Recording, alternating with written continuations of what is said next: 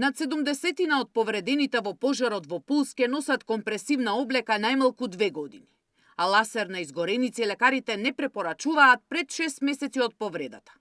После 1 до 2 години може да има и естетска хирургија откако кожата ќе заздрави. Директорот на Фондот за здравствено осигурување апелираше на смиреност и повредени да не бараат медицински консултации и интервенции надвор од протоколите. Вели дека сите процедури и помагала ќе бидат обезбедени од државата на долги стази. На телефонската линија во владата, освен за докторски третмани, има прашање и за ослободување од партиципација, но и регулирање на отсуствата од работа.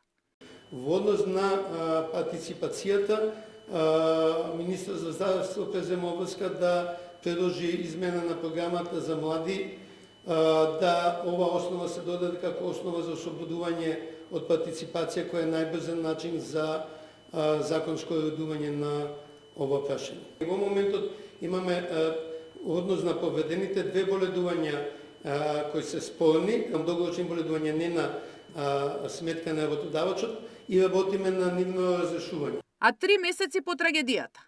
5 пациенти се уште се на лекување во странски болници, а 5 во установите во државата. Една од повредените се уште е во тешка состојба. Една пациентка се уште во тешка состојба.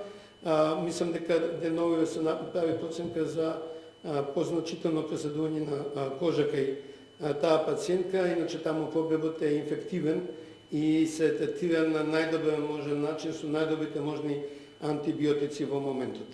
Над 40 од повредените се пријавени во првата група за рехабилитација на Пониква, каде ќе заминат во сабота. Таму ќе имаат физикална терапија и психолошка поддршка, како и медицински тим што ќе им биде на располагање 24 часа. Сања Димитровска, Сител телевизија.